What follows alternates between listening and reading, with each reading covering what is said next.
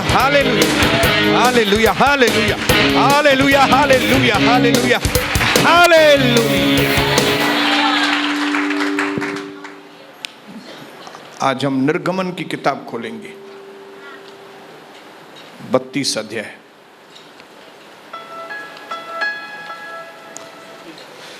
निर्गमन।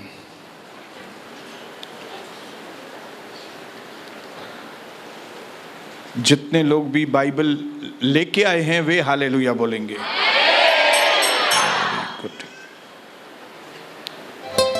32 उसका 23 वचन से मैं आगे पढ़ रहा हूं।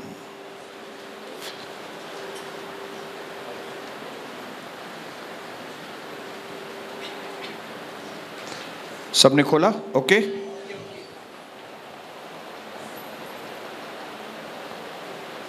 उन्होंने मुझसे कहा, यहां पे मूसा का भाई हारून मूसा को बता रहा है इजराइलियों के लिए कि उन्होंने मुझसे कहा कि हमारे लिए देवता बनवा जो हमारे आगे आगे चले, क्योंकि उस पुरुष मूसा को जो हमें मिस्र देश से छुड़ा लाया, हम नहीं जानते कि उसका क्या हुआ है।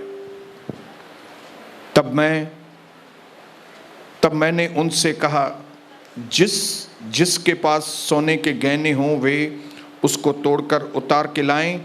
और जब उन्होंने मुझसे सोना दे दिया तो मैंने उसको आग में डाल दिया और तब वह बछड़ा निकल पड़ा।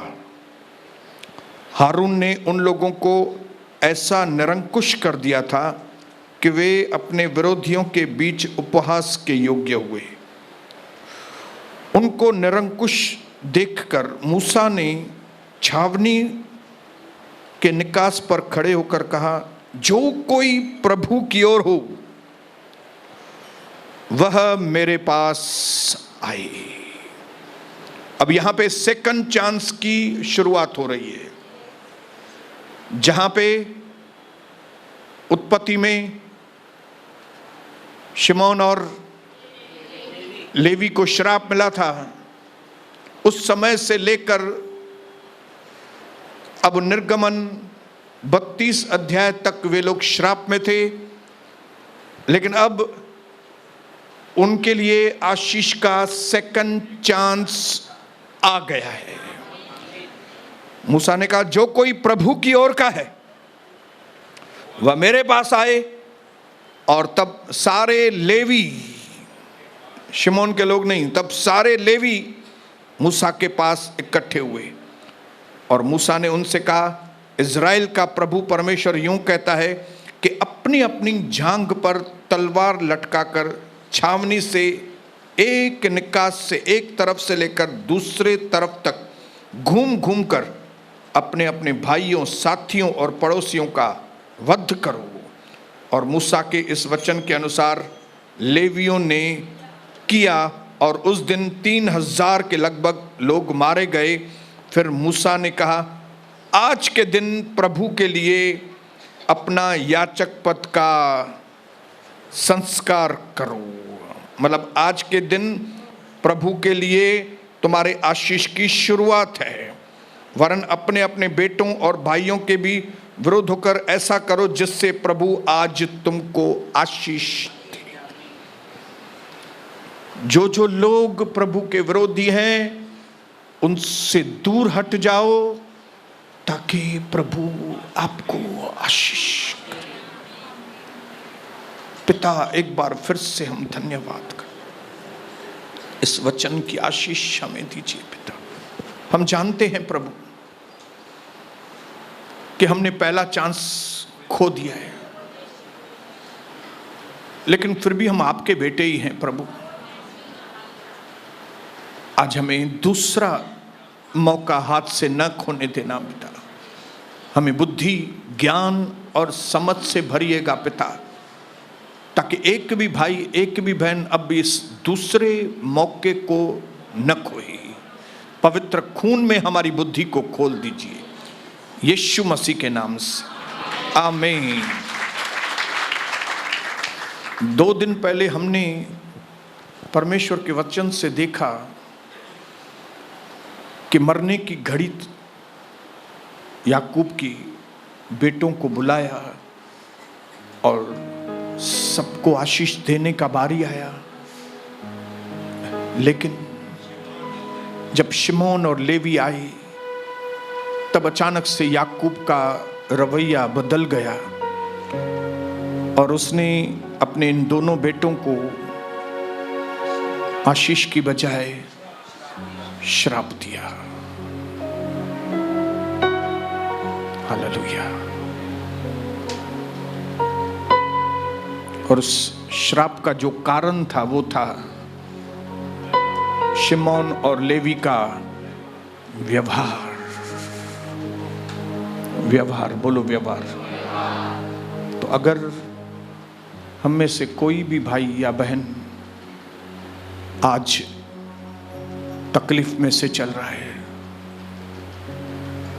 पीड़ा, बीमारी या बच्चों की प्रॉब्लम में से गुजर रहा है, तो उसकी वजह और कोई नहीं, हमारा व्यवहार है। हालेलुया। उनका व्यवहार श्रापित हुआ। वो था प्रभु का दास, लेकिन व्यवहार गलत, व्यवहार गलत होने की वजह से श्राप आया। मैंने आपको पहले भी बताया है कि हम प्रभु की ओर से आशीषित हैं और हमें कोई दूसरा व्यक्ति श्राप नहीं दे सकता है। कौन श्राप दे सकता है? हम श्राप में कैसे जा सकते हैं? खुद। और खुद कैसे? खुद के व्यवहार की वजह से। होना तो ऐसा चाहिए था कि ये चीज याकूब अपने बच्चों को पहले ही बोलता था कि भाई आपने जो प्रभु के विरोध में काम किया है या मेरे विरोध में काम किया है, आप प्रभु के आगे उसका पश्चाताप करो। लेकिन क्योंकि याकूब की इमैच्योरिटी, याकूब की नासमझी न सिर्फ याकूब के लिए नुकसानकार, लेकिन उसके बच्चों के लिए भी नुकसानकार। उनके बच्चों को भी सोचना चाहिए था, लेवी और शिमोन को, कि हमने जो अपने पिता के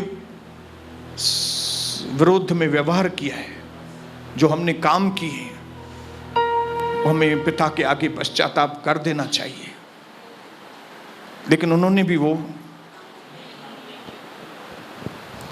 वक्त रहते, जब हम पश्चाताप करते हैं भाइयों बहनों, तो हम कई सारे दुखों से बच सकते हैं।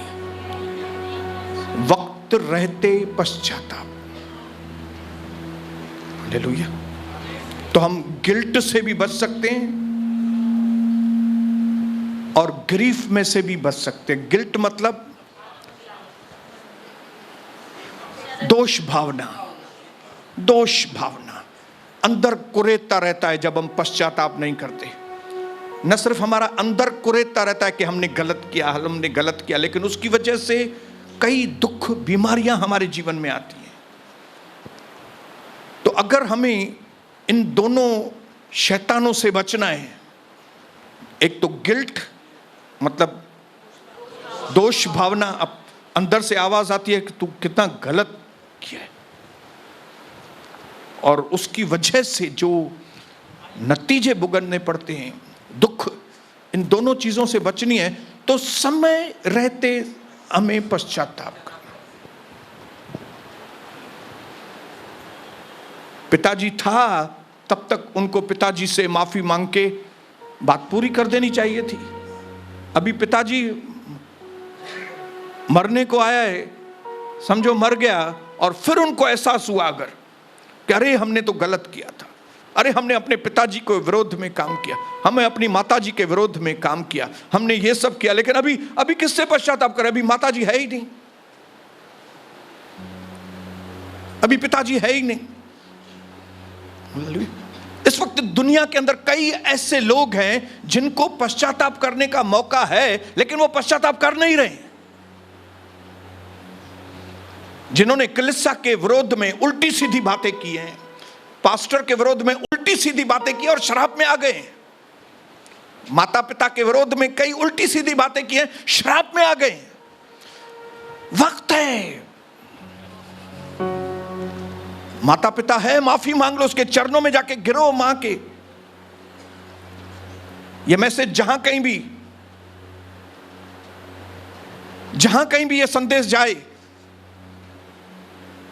बाद में जब मां बाप नहीं है, बाद में पश्चाताप करेंगे, तो वो पश्चाताप आपको गिल्ट भावना से आजाद नहीं करेगा। पैरों पे गिर जाओ मां के। क्या तुमने मां के लिए क्या बात की है भाई? तुमने मां के लिए इतना क्रोध, पिताजी के ऊपर इतना क्रोध, पास्टर के विरोध में इतनी बात पीछे का जाके की है। रहती, मैं तो अपने पास्टर के पैर में गिर गया था, और एक बार पेट नहीं भरा। यहां इस कलीसिया की ओपनिंग में हमने पास्टर ऑक्टेवियो को बुलाया था, और सबके सामने मैंने उनके पांव के ऊपर गिर के, क्योंकि मुझे मालूम है, ये सिस्टम मुझे मालूम है कि अगर बिना पास्टर के आगे पश्चाताप करने के मैंने कोई भी काम किया, मैं सफल नहीं होऊंगा।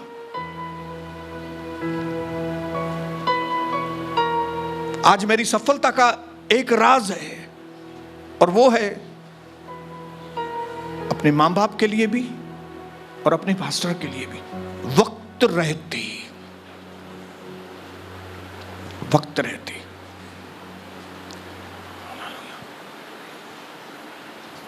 जब तक मैं जिंदा हूं, तब तक लोग आके माफी मांग सकते हैं। कि जिस दिन मैं दुनिया से चला गया और उनके बाद उनको अगर एहसास हुआ कि हमने प्रभु का दर्शन के विरोध में, पास्टर की पत्नी के लिए, पास्टर के लिए हमने इतने बात किए, क्या किया, हम नहीं रहेंगे दुनिया में अगर, फिर वो कहां जाएंगे? फिर उनको जीवन भर इस बात का दुख, ग्रीफ, गिल्ट अंदर खत्म करता रहेगा। आज कई लोग शैतान के ग्रिप में हैं, उन्होंने वक्त रहते पश्चाताप नहीं किया। लेकिन मैं यहां पे प्रभु का दर्शन वाले लोगों को कहूंगा, वक्त रहते पैरों में, अपने बड़ों के पैरों में जाके गिर जाओ। हिसाब किताब क्लियर करो अपने मां बाप के साथ, बड़ों के साथ हिसाब किताब क्लियर करो। ये निंदाएं आपके भविष्य को अंधकारमय कर देंगी। लेवी और उसके ऊपर श्राप आ गया।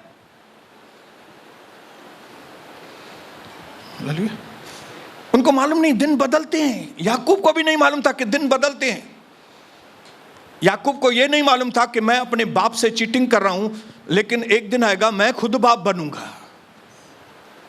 और फिर जब मैं खुद बाप बनूंगा, जब मेरे बेटे मेरे साथ धोखा करेंगे, मेरे बेटे मेरे साथ, तब क्या होगा?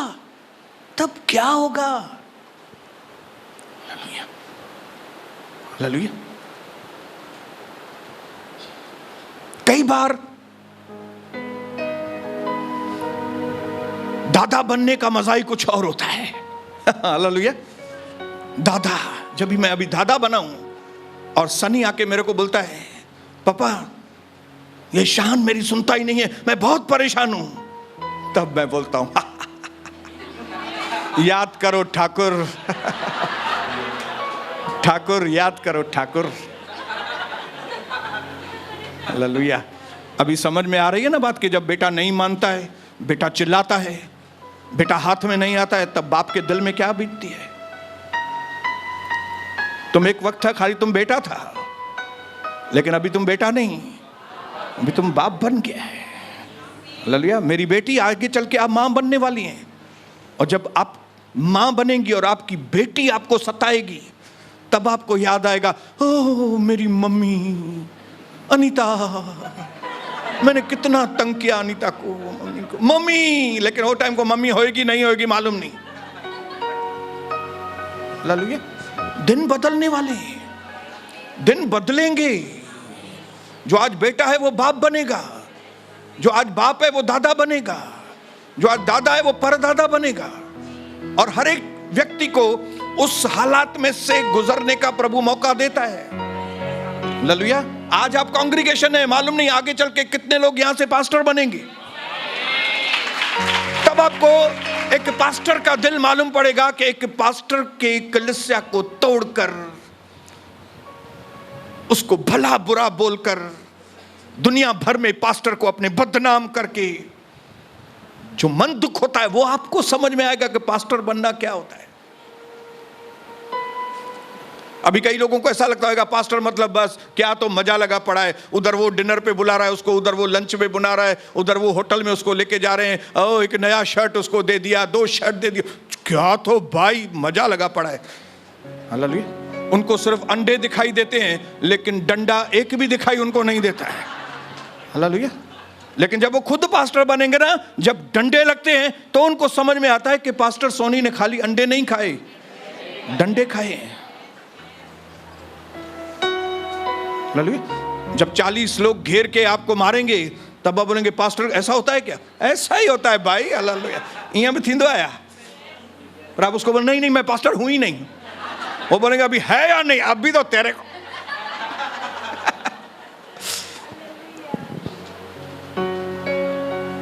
हालेलुया। अपने पड़ोसी को बोलो दिन बदलेंगे भाइयों, भाइयों बहनों दिन बदलेंगे। And every decision has consequences. हर एक जो फैसला आपने अपने जीवन में किया है उसके नतीजे आएंगे।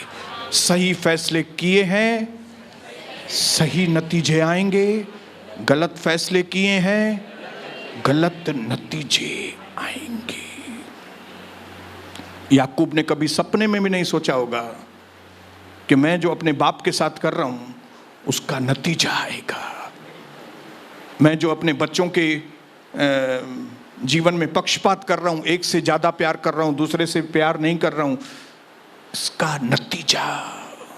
काश कि हम विश्वासी लोग ये जान लें कि हमारे हर एक फैसले का एक नतीजा आएगा, तो हम में से कोई भी व्यक्ति फैसला लेने में जल्दबाजी नहीं करेगा। पड़ोसी को बोलो कोई भी फैसला लेने में जल्दबाजी न करना, क्योंकि हर एक फैसले का नतीजा।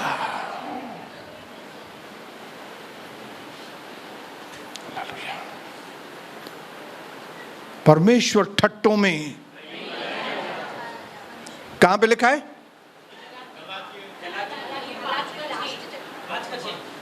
5 का 6 और 7।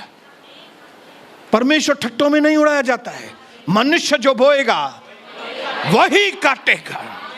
इसको कोई भी इधर उधर नहीं कर सकता। ये बात आपने सही बोया है आप सही काटेंगे, आपने गलत बोया है आप गलत काटेंगे। आप दुनिया के कौन से भी कोने में भागकर छुप नहीं सकते, नतीजा आपको भुगतना पड़ेगा ही पड़ेगा। हालेलुया। मेरे दादा ने नतीजे भुगते, मेरे पिताजी ने नतीजे भुगते, मैंने भी नतीजे भुगते, सनी भी नतीजे भुगत रहा है। लेकिन अगर आप चाहते हो कि आपके गलत फैसले के गलत नतीजे ना आए, पश्चाताप करो। अगर आप चाहते हो कि जो पीढ़ी के अंदर तकलीफ आपके ऊपर चालू है, पीढ़ी से, पिताजी को डायबिटीज था, आपको डायबिटीज के चिन्ह दिखाई दे रहे हैं, पश्चाताप करो। जवानी के वक्त से मेरे खानदान में अगर जवान लोग मरते हैं, जैसे हमारे पास्टर ऑक्टेवियस के घर में वो भाई थे आपस में, और कोई भी भाई जब 23 या 24 साल का होता था तो वो मर जाता था। जैसे ही इस चीज को मेरे पास्टर ने देखा, तब उसने परमेश्वर के आगे रिपेंट किया, पश्चाताप किया, अपने आप को वापस से प्रभु के आगे सरेंडर किया, उपवास और प्रार्थनाएं की। और एक सिर्फ पास्टर ऑक्टेवियस है जो 23-24 साल में नहीं मरा, आज तक जिंदा है। 3-4 बच्चे हैं, 3 या 4 अभी हमारे पास्टर को बच्चे हैं, और प्रभु में वो बहुत ही अभिषिक्त दास। हालेलुया। क्यों? सही वक्त रहते, सही वक्त रहते। बाद में करूंगा, बाद में करूंगा, बाद में नहीं। मैं क्या करूं, मैं क्या, पश्चाताप करो। क्या करोगे तुम? लोगों को सब चीजें समझ में आती हैं, पश्चाताप समझ में नहीं आता। हमारी कई बहनों ने, कई भाइयों ने प्रभु को तरसाया है। प्रभु की आज्ञाओं को मानने में प्रभु को तरसाया है, तो उसके भी नतीजे हैं, नतीजे हैं उसके भाई। आपने प्रभु की आज्ञा तुरंत मानी है, उसके भी नतीजे हैं। हालेलुया। आपने अपनी मां को खुश किया है, उसके भी नतीजे हैं। हालेलुया। आपका हर एक फैसला नतीजा लेकर आएगा। इसके लिए आप कोई भी फैसला करने में जल्दबाजी न करें, सोच के समझ के कोई भी फैसला करें।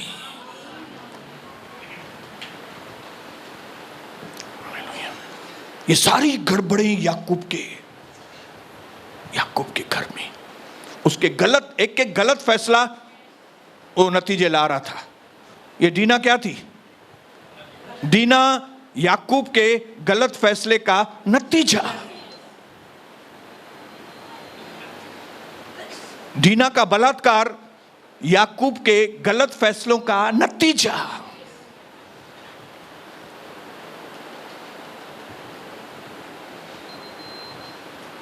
उसके बच्चों के अंदर क्रोध, लेवी और शिमोन के अंदर क्रोध, ये किधर से आया था?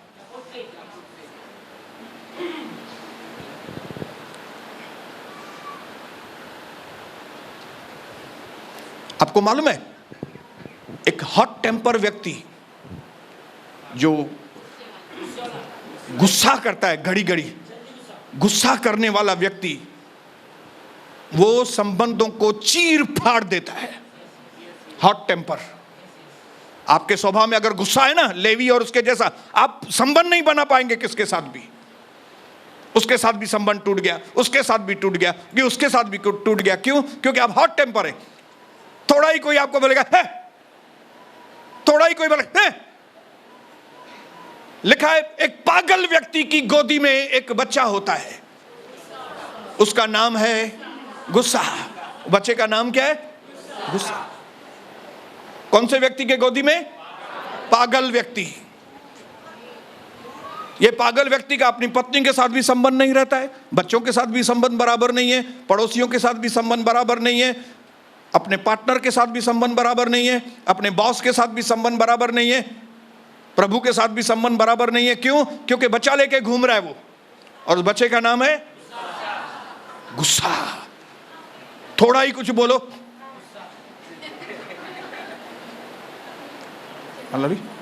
थोड़ा ही कुछ बहन को बोलो, मैं क्यों चली जाएगी। थोड़ा ही कुछ पति को बोलो, घर छोड़ के चला जाएगा। मैं किधर जाएगा? पगला कहीं का।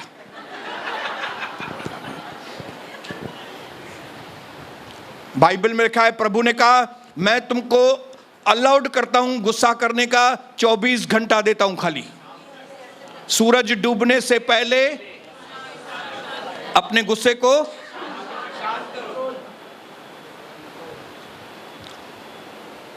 गुस्सा एक आशीष भी हो सकता है। लिखा है, गुस्सा करो परंतु पाप न करो। गुस्सा करो लेकिन, मतलब एक गुस्सा है जो पाप कराता है, लेकिन एक गुस्सा है जो सही होता है। हालेलुया। आपको गुस्सा करना है ना, सही गुस्सा करो ना। यीशु मसीह ने भी गुस्सा किया, लेकिन सही गुस्सा किया। उसने चाबुक बनाया, परमेश्वर के घर को उसने साफ किया, अपने घर को साफ किया। उसके लिए गुस्सा करो। हालेलुया। गुस्सा आपके कंट्रोल में होना चाहिए, न कि आप गुस्से के कंट्रोल में होने चाहिए। हालेलुया। आपको मालूम होना चाहिए, अभी मैं इसके ऊपर गुस्सा कर रहा हूं, लेकिन मेरे ऊपर अंदर कोई भी आए बुद्ध जाए मायो नसान न करो, मैं समझी बन जाइए। लेकिन आपको अंदर मालूम है कि बस बोल के फिर मैं ऐसा ही फिर गुस्सा करो भले, लेकिन वो गुस्सा आपको कंट्रोल कर रहा है कि आप रात बीत गई, सुबह हुई, अन्य वो गुस्सो क्या 3 दिन हो गए, 4 दिन हो गए, अभी तक वो गुस्सा। ये पाप वाला गुस्सा है। गुस्सा करो लेकिन गुस्सा करो लेकिन, और अगर गुस्सा आता है तो 24 घंटे के अंदर शांत हो जाओ, नहीं तो शिमोन और लेवी की तरह श्राप आएगा। रिलेशंस बिगड़ जाएंगी, रिलेशंस टूट जाएंगे। हॉट टेम्पर व्यक्ति इक्वल टू आधा पागल आदमी। हालेलुया। आपको लगता होगा आप ऐसा करके सामने वाले को दबाएंगे, आप ऐसा करके शैतान आपको दबा रहा है, आप दब रहे हैं भाई। हमको लगता है हम बदला लेने की भावना से निकलेंगे तो हम सामने वाले को खत्म करेंगे। आप बदला लेने की भावना से निकलेंगे, आप खुद को खत्म कर रहे हैं। हालेलुया। आपका गंदा स्वभाव आपको खत्म कर रहा है। बाइबल के अंदर हमारे स्वभाव के ऊपर बहुत जोर दिया गया है। हमारा स्वभाव लोभ रहित, हमारा स्वभाव यीशु मसीह के जैसे।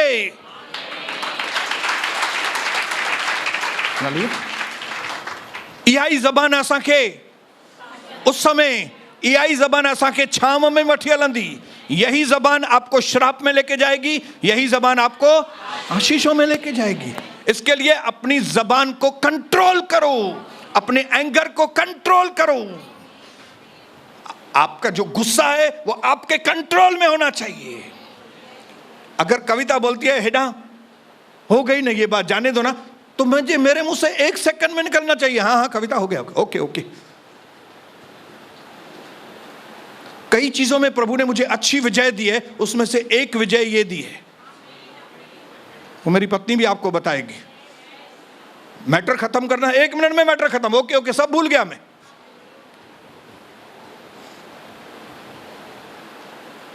क्योंकि मुझे मालूम है ये चीजें नहीं तो श्राप लेकर आएगी, श्राप लेकर आएगी, श्राप लेकर आएगी।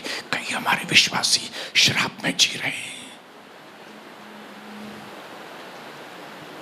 अपने व्यवहार की वजह से।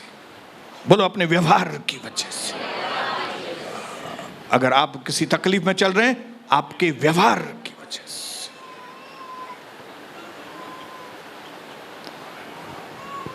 लेकिन मैं प्रभु को धन्यवाद करता हूं कि बाप ने भले श्राप दिया, लेकिन परमेश्वर हमसे प्यार करता है। वो हमें श्राप में कभी नहीं देख सकता। इसीलिए तो उसने प्रभु यीशु मसीह को हमारे लिए श्राप बनकर भेजा। लिखा है वो हमारे लिए श्राप बन गया, हमारे लिए श्रापित हुआ, ताकि हम श्राप में से निकलकर, हालेलुया, उसने नरक को टेस्ट किया ताकि हम नरक से बच जाएं। हालेलुया। प्रभु यीशु मसीह की सेवा इतनी क्षेत्रों की है कि हम मरते दम तक उस टॉपिक को पूरा नहीं कर सकेंगे।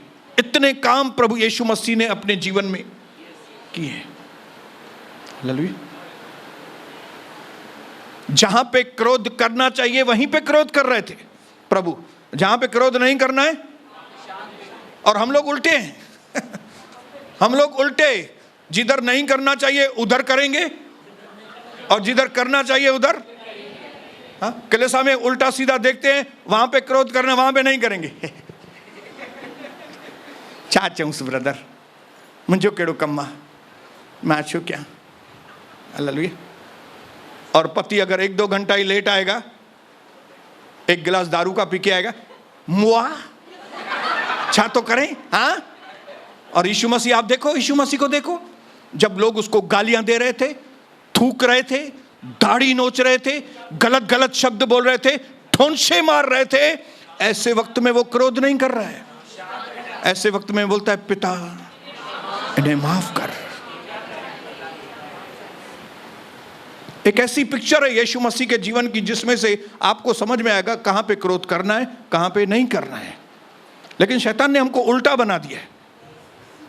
जहां पे नहीं करना चाहिए क्रोध, वहां पे करते हैं, और जहां पे करना चाहिए वहां पे नहीं करते। इसके लिए हमारा जीवन आशीषित नहीं होता। प्रभु ने कहा मेरे रास्ते और आपके रास्तों में जमीन और आसमान का अंतर है। हमारी सोच और परमेश्वर की सोच में जमीन आसमान का फर्क है। इसके लिए हमको हमारी सोच से आगे चल के प्रभु की सोच में बढ़ना है, भले धीरे धीरे करके, लेकिन हमारी सोच को छोड़ते हुए प्रभु की सोच में, सोच को छोड़ते हुए प्रभु की सोच। तुम सत्य को जानोगे, सत्य तुमको स्वतंत्र करता जाएगा, स्वतंत्र करता जाएगा। और एक दिन आया, मिस्र की गुलामी 430 साल तक ये लोग लेवी श्रापित थे, नाम भी नहीं था इनका, तितर बितर हो गए थे, किधर किधर चले गए थे। कम से कम 430 साल, अंदाजा 10 पीढ़ियां निकल गई श्राप की, 10 पीढ़ी। लेकिन 10 पीढ़ियों के बाद मूसा आया। मूसा ने इजरायलियों को मिस्र में से छुड़ाने के लिए कदम आगे बढ़ाए। 40 साल मूसा फिरौन के साथ रहा, 40 साल निर्जन प्रदेश में अपने ससुरे जेठो संधियो जेठो जो जेठे वट जेथरो के पास रहा। 40 साल घर जमाई बन के रहा और 40 साल इजराइलियों की अगुवाई किया। 40 40 40। हालेलुया। पहले 40 साल में इमैच्योरिटी की, बेवकूफी की, उसको भागना पड़ा, जल्दबाजी की, उसको भागना पड़ा। और प्रभु ने उसको निर्जन प्रदेश में लेके गया। 40 साल उसको निर्जन प्रदेश में रहना सिखाया, वो भी ससुरे के साथ। जो ससुरे के साथ रहते हैं उनको मालूम है ससुरा कैसा होता है। ससुरे अच्छे होते हैं, लेकिन अगर आप घर जमाई हैं, पोड़ सो ससुरो।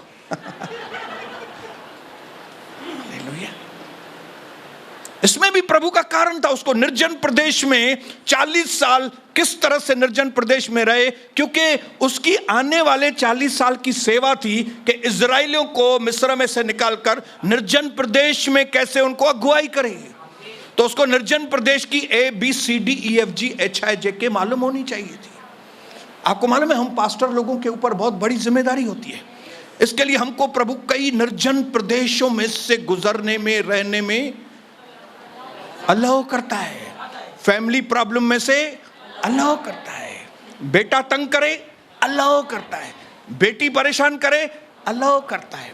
पैसों की तकलीफ, अलाउ करता है। कलीसिया के लोग तंग करें, अलाउ करता है। दुनिया भर के समाज के प्रॉब्लम में से जाने में अलाउ, पुलिस के प्रॉब्लम अलाउ करता है, ताकि जब हम अभी लोगों की अगुवाई करें और कोई लोग आए कि मुझे पुलिस चौकी से फोन आया है, तो मैं उसको बोल सकूं कोई बड़ी बात नहीं है, मैं खुद 5 बार गया हूं पुलिस चौकी, कोई बात नहीं, चिंता मत करो, प्रार्थना करेंगे, प्रभु काम करेगा। कोई बोलेगा मेरी बेटी ऐसे कर रही है, मैं उसको चिंता मत करो, मेरी बेटी ने भी मेरे साथ बहुत, लेकिन हमने प्रार्थना की थी, हमारी बेटी भी सही हो गई थी। मेरा बेटा टेबल तोड़ रहा है, मेरा बेटा भी टेबल तोड़ता था, तुम फिक्र मत करो। हालेलुया। मेरे पड़ोसी मुझसे सता रहे हैं, मुझे बोलते हैं तू उन सीढ़ी से उतरेगा मैं तेरे को मारेगा, चिंता मत कर, मैंने भी मार खाई है। ताकि मूसा उसको बता सके निर्जन प्रदेश में प्रभु ने मुझे संभाला, 40 साल में निर्जन प्रदेश में रहा हूं। इसके लिए प्रभु उसको तैयार कर रहा था इजराइलियों को अगुवाई करने के लिए। और ये इजराइली निकले, लाल समुद्र के बीच में से गुजरे, घड़ी घड़ी उनका ध्यान इजराइलियों का मिस्र की ओर जाता था। काश हम वापस जाएं, काश हम वापस जाएं, काश हम वापस जाएं। लेकिन जब उन्होंने अपनी आंखों से देखा फिरौन और उसकी सेना लाल समुद्र में गर्क हो गई, उनको बहुत बड़ा माइंड ब्लोइंग झटका लगा और उन्होंने बोला बाबा उधर नहीं जाएंगे, अब इधर ही आएंगे, अब आगे ही बढ़ेंगे हम लोग, अब आगे ही बढ़ेंगे। और वो आगे गए, और जैसे ही आगे गए मूसा पहाड़ पे गया, परमेश्वर से बातें करने के लिए। और पीछे से निर्गमन 32 में ये लोग मूसा के भाई हारून के पास आए। हारून, ये मूसा कुठे गेला, ये जो आदमी मूसा है, और ये आदमी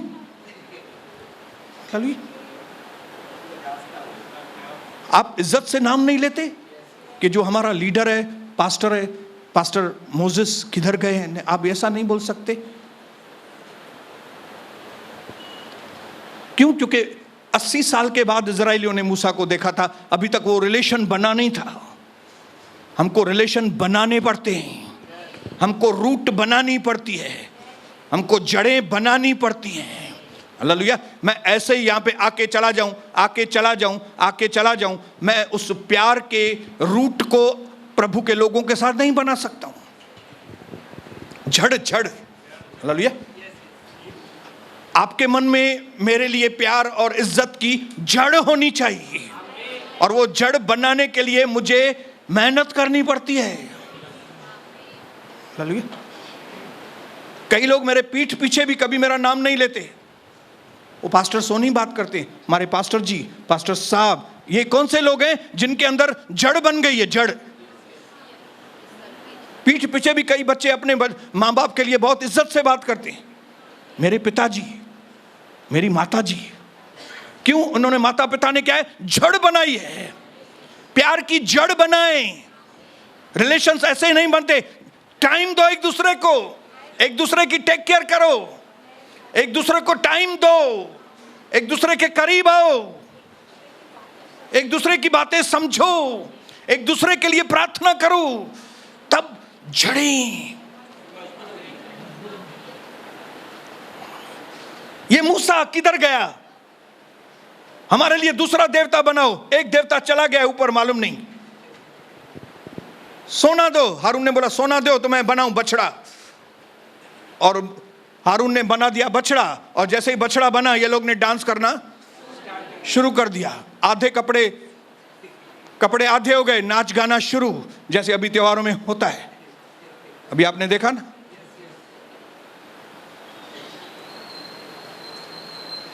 और मूसा आया, और मूसा ने देखा ये लोग तो खत्म हो गए। हालेलुया। ये हैं तो प्रभु के लोग, लेकिन खत्म हैं। आज कलीसियाओं की हालत क्या है मालूम है? हैं तो प्रभु के लोग, लेकिन खत्म। शांति घरों में है ही नहीं, खत्म। नंगा नाच, नंगी बातें, टीवी, त्योहार, ये सब चीजें, और बोलेंगे हम प्रभु के।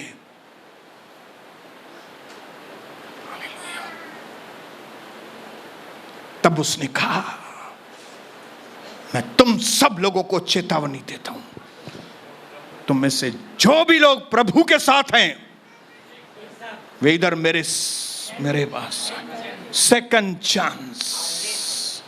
आपने पिछले जीवन में क्या भी किया, क्या नहीं किया, आपने प्रभु को तुच्छ भी समझा होगा। पिछले जीवन में आपने वो काम किए होंगे जो प्रभु के विरोध में, आपने वो काम किए जिससे प्रभु का नाम नीचे हो गया। कोई बोल ही नहीं सकता कि आप प्रभु के लोग हैं। आप दो नाव में सवार थे, इसके लिए श्राप। घर में शांति नहीं, बच्चे बिगड़ गए, पैसों की आशीष नहीं, घर में प्यार नहीं, एकता नहीं, लेकिन प्रभु मौका दे रहा है। मूसा ने बोला अच्छा। तब लिखा है लेवी के लोग, लेवी के वंश के लोग आए। तब मूसा ने कहा, अब ये जो प्रभु के विरोधी हैं, लेवी के बच्चों, अभी इनको खत्म करो। और लेवियों ने वही तलवार, जो तलवार से शेकेम के उन मर्दों को खत्म किया था, वही तलवार से उन्होंने इस वक्त प्रभु के विरोधियों को खत्म किया। पहले तलवार चलाने की वजह से श्राप में आ गए थे, लेकिन अभी वही तलवार चलाने की वजह से आशीष। हालेलुया।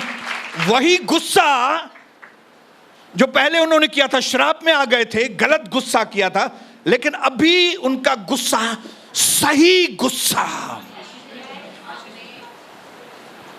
सही गुस्सा। आपको हॉट टेम्पर बनना है ना, बनो ना।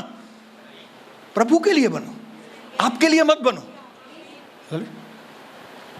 कोई कार को टक्कर मारा थोड़ा, अरे गाड़ी मत, हाँ गाड़ी हूं तो जी है तो जी है तो जी है, अरे छात तो जी है तो जी है तो जी। हॉट टेम्पर मत बनो। किसके लिए हॉट टेम्पर बनो मालूम है? ये व्यक्ति परिवार सही नहीं है, शैतान मैं तेरे कामों को अभी नाश करूंगा, उपवास और प्रार्थना मैं करूंगा और इस आदमी को मैं छुड़ाऊंगा। टेम्पर बनो, हॉट टेम्पर। कलीसियाओं के लिए प्रार्थना करो, कलीसियाओं के लिए उपवास करो। मैंने देखा ये कलीसिया के अंदर वो गलत है, इस कलीसिया का पास्टर उल्टा सीधा काम कर रहा है, टाइम पास लोग हैं। शैतान मैं तुझे चुनौती देता हूं, इस कलीसिया को छोड़ देना। मैं 7 दिन उपवास करूंगा, मैं 8 दिन उपवास करूंगा, मैं 15 दिन उपवास प्रार्थना करूंगा। करो ना हॉट टेम्पर बनो, लेकिन सही तरीके का हॉट टेम्पर बनो ना। गुस्सा करो, सही तरीके से करो। गलत काहे को गुस्सा करते हो? क्यों श्राप में आ जाओ? हालेलुया। भले अंदर से दिखाई नहीं देगा कुछ भी, बाहर से आप अच्छे दिखते होंगे लेकिन अंदर क्या है मालूम नहीं। लेकिन क्यों नहीं हम अंदर से सही हो जाए? आपको गुस्सा करना है ना, मजा आता है ना गुस्सा करने में, सही तरीके से करो ना।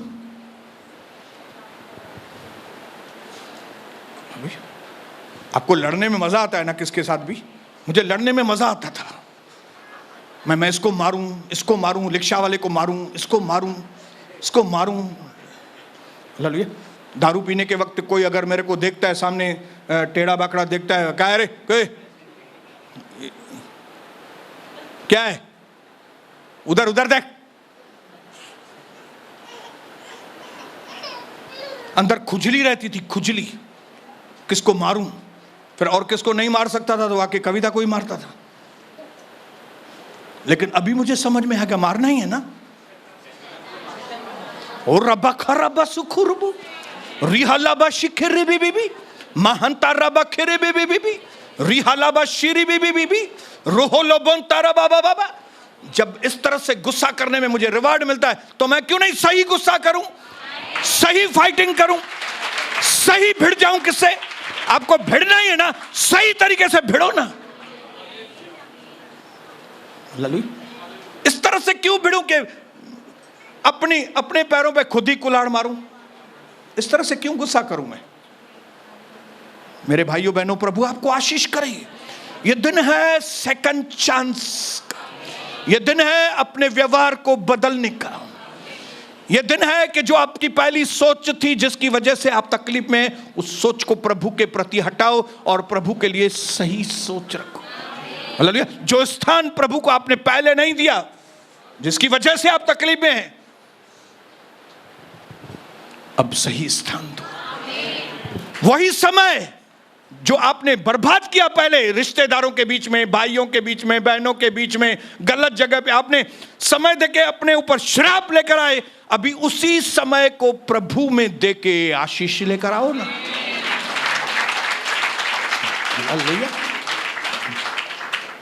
मैंने, कविता ने और मेरे बच्चों ने डिसाइड किया, हम भिड़ जाएंगे। हम भिड़ जाएंगे कलीसियाओं को बचाने के लिए। खाली प्रभु का दर्शन नहीं, हमारे लोग जो बिखरे पड़े हैं, हमारे लोग जो शैतान के चुंगल में हैं, उनके लिए कौन उपवास प्रार्थना करेगा? हम करेंगे। बोलो मैं करूंगा, बोलो मैं करूंगा, मैं करूंगा उपवास प्रार्थना। मैं भोजन को नहीं बोलूंगा।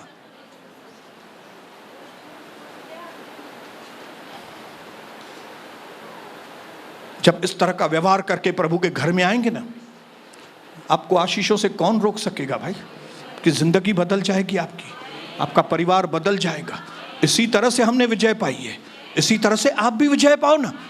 ऐसा मुर्दार बन के जीवन जीने से, फिर डरपोक बन के मर जाने से, उससे अच्छा है उठकर खड़े हो जाओ ना भाई।